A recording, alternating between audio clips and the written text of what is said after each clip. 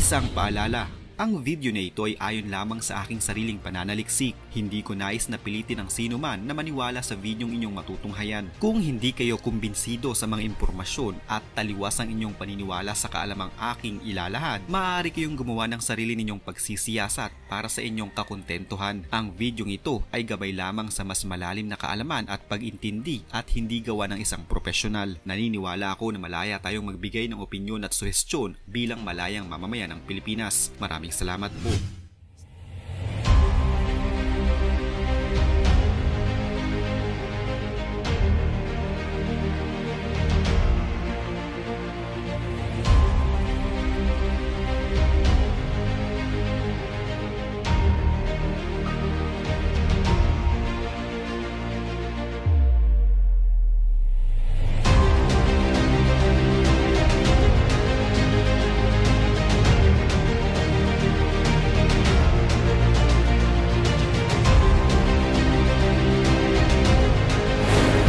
Malala ang iniwang pinsala ng bagyong Christine nang manalasa ito sa ating bansa. Umabot sa 81 kataong nasawi sa pananalasa ng bagyong ito. 34 ang iniulat na nawawala habang mahigit sa 4 na milyong katao ang naapektuhan. Ayon kay National Disaster Risk Reduction and Management Council, spokesman Edgar Posadas, kabilang sa 81 nasawi ang 47 sa lalawigan ng Batangas. 18 dito ay sa landslide sa Talisay City at 28 naman ng karamihan ay nalunod sa Bicol Region. Nasa 4 din ang nasawi sa magkakahiwalay na lugar sa Central at Southern Luzon. Naitala naman sa 986,974 pamilya o kabuang 4,207,387 individual sa 16 na mga regions, 69 na mga lalawigan, 657 na mga syudad at munisipalidad, at 5,867 na mga barangay ang naapektuhan ng bagyo. Nasa 24,788 katao naman mula sa Ilocos Region, Cagayan Valley, Central Zone, Mimaropa, Eastern Visayas, Zamboanga Peninsula at Caraga ang isinailalim sa preemptive evacuation. Aabot naman sa 8,432 kabahayan at 78 infrastrukturang napinsala na tinatayang aabot sa 203.83 million pesos na sanhi ng matinding epekto ni Christine. Iniulat naman ni Office of Civil Defense Administrator at Undersecretary Ariel Nepomuceno na nasa 547 pa ring mga lugar ang lubog sa baha na kinabibilangan ng Regions 1, 2, 3, Calabarzon, Mimaropa, 5, 6, 8, 9, 13, Caraga, Barm at National Capital Region. Sa kasalukuyan, nasa 203,826,014.38 pesos ang iniwang pinsala ng bagyo kabilang ang 78 kalsada, tulay, gusali ng mga eskwelahan at iba pa.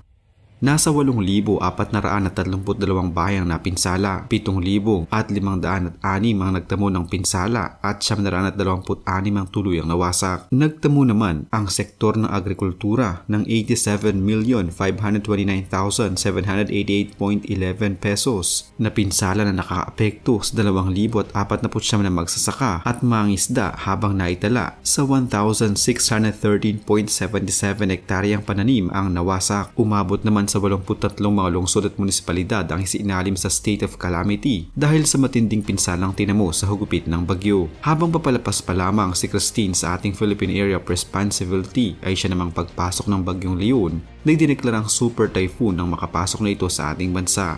Ilang araw lamang bago manalasa ang bagyong Christine, pinuntirya naman ang bagyong Leon ang mga lugar na nasa dulong bahagi ng Luzon. Sa kabutihang palad ay wala naman itong gaanong naging masamang dulot sa ating bansa. Sa paglabas ng mga bagyong ito sa ating Philippine Area of Responsibility, sa ibang bansa naman na nalasa ang mga bagyong ito.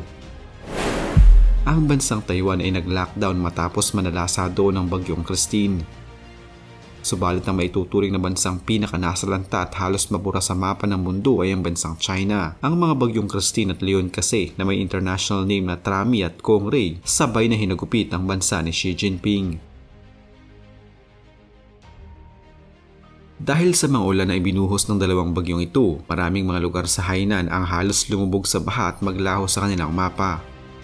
At mas lumala pa ang sitwasyon noong gabi ng 30 kung saan ang dalawa sa mga pangunahing dam sa Hainan ay nagpakawala pa ng tubig na hindi na nito kayang pigilan. Noon lamang gabi na iyon ay nasa 123 mga village ang lumubog sa baha. Nagmistulang karagatan din ng mga sakahan at nasira ang maraming mga pananim. Hindi na paghandaan ng mga residente ang nanalasang pagbaha kaya marami sa kanila ang walang mga pagkain at tubig. Hindi din agad dumating ang tulong at nang dumating man ito, ilang bangka lamang ang nakapag-rescue ng mga natrap na residente sa kanilang mga bahay. Ang dala nilang pagkain na kanilang ipapamigay sana sa mga residente ay kakaunti lamang at hindi din sapat para sa mga natrap sa kanilang mga bahay. Ang Chonghai City ay nagmistulang karagatan na may mga isla sa loob lamang ng ilang oras na pagulan. Ayon naman sa isang residente na malapit sa Nanjing River, sa loob umuno ng 15 taon na paninirahan niya malapit sa ilog, ay ito ang kauna-unahang nakita niya ito na grabe sa dami ang tubig. Makikita sa video na ito na ang ilog ay halos hindi na makita at rumaragasang maitim na tubig baha patungo sa mga residential areas at sa mga kalsada. Nagdulot din ito ng pagkakasara ng ilang mga tulay na nagpalala sa trapiko ayon sa isang residente. Noong alas 5 ng gabi ng 29 ng Oktubre, unti-unti pa lamang pumapasok ang tubig sa kanilang mga bahay. Pero ng alas 10 na ng gabi ay umabot na ito hanggang sa bubong ng kanilang bahay. Ayon sa residente na ito, mabuti na lamang ay mayroong second floor ang kanilang bahay dahil kung hindi ay baka sama-sama silang nalunod ng kanyang mga pamilya. Wala din umunong dumating ng mga rescuer upang sila iligtas. Ayon pa sa kanya, ang kanyang umunong bahay ay nakatirik sa mas mataas na lugar subalit inabot pa din ng hanggang leeg sa kanila. Noong 28 ng Oktubre, isang mag-anak ang nasawi matapos tangayin ng malakas na baha ang kanilang sinasakyang motor. Noong sumunod naman na araw, 2 katao ang namatay matapos magkaroon ng landslide sa kanilang lugar bunsod pa din ng nawalang tigil na pagulan. Matapos ang ulan at pagbaha, makikita naman sa video na ito kung gaanong kadaming kalat ang iniwan ng mga bagyo sa China. Ayon sa Meteorological Bureau ng Hainan, sa pagitan ng alas 8 ng umaga noong 29 ng Oktubre hanggang alas 8 ng umaga noong sumunod na araw, ang tubig baha ay lumagpas na sa 300 mm sa nasa 37 mga bayan sa Hainan City, habang 14 sa mga ito ang umabot na hanggang 400 mm ang taas ng tubig baha sa kanilang lugar. Sa iba naman ay umabot ng hanggang 600 mm. Isa sa naging pagkakamali ng gobyerno ng China ay ang pagpapakawala nilang tubig mula sa kanilang mga pangunahing dam nang hindi man lamang nagbibigay ng abiso sa mga mamamayan. Ayon pa sa mga residente ng China na naapektuhan ng matinding pagbaha, delubyo umano ang kanilang naranasan dahil sa kapalpakan ng kanilang gobyerno. Ayon pa sa kanila, ang mga dam umano hindi ginagamit para makapag-generate ng enerhiya kundi ginagamit ito para lunurin ng mga tao lalo na sa tuwing aapaw ito at kailangang magpakawala ng tubig. Halos 60% kasi ng tubig baha na nanalasa sa mga kabahayan ay mula sa mga dam na binuksan ng walang abiso sa mga mamamayan. Dahil dito ay nagsasakripisyo ang ilang mga residente dahil sa kapabayaan ng mga namumuno. Matapos ang bagyong Trami o Christine, hindi pa man nakakabangon ng China, muli na naman silang hinagupit ng bagyong Kongray o ang bagyong Leon. Umabot ng nasa 20 meters per second ang lakas ng hangin nito.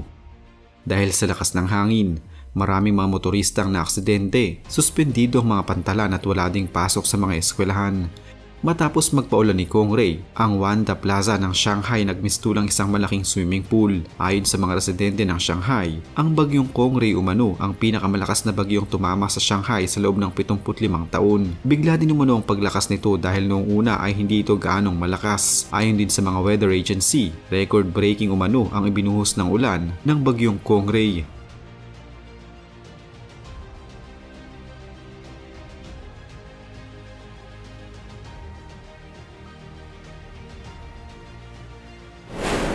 Sa loob lamang ng 6 na oras, ang Shanghai Auditorium ay nagmukhang swimming pool, habang ilang mga underground garage at mga airport ay pinasok na din ng tubig baha. Sa sobrang lakas ng hangin na dala ni Kongray, ang mga puno, sasakyan at ilang pang mga bagay ay nagmistulang mga papel na nagpagulong-gulong at tumilapon sa mga kalsada. Ilan sa mga pangunahing tulay sa Shanghai ang halos malubog na din sa baha sa kabila ng taas ng mga ito. Noong lamang alas 8 ng umaga ng 1 ng Nobyembre, nasa kulang kalahating milyon ng mga residente ang inilikas dahil sa lala ng pagbaha.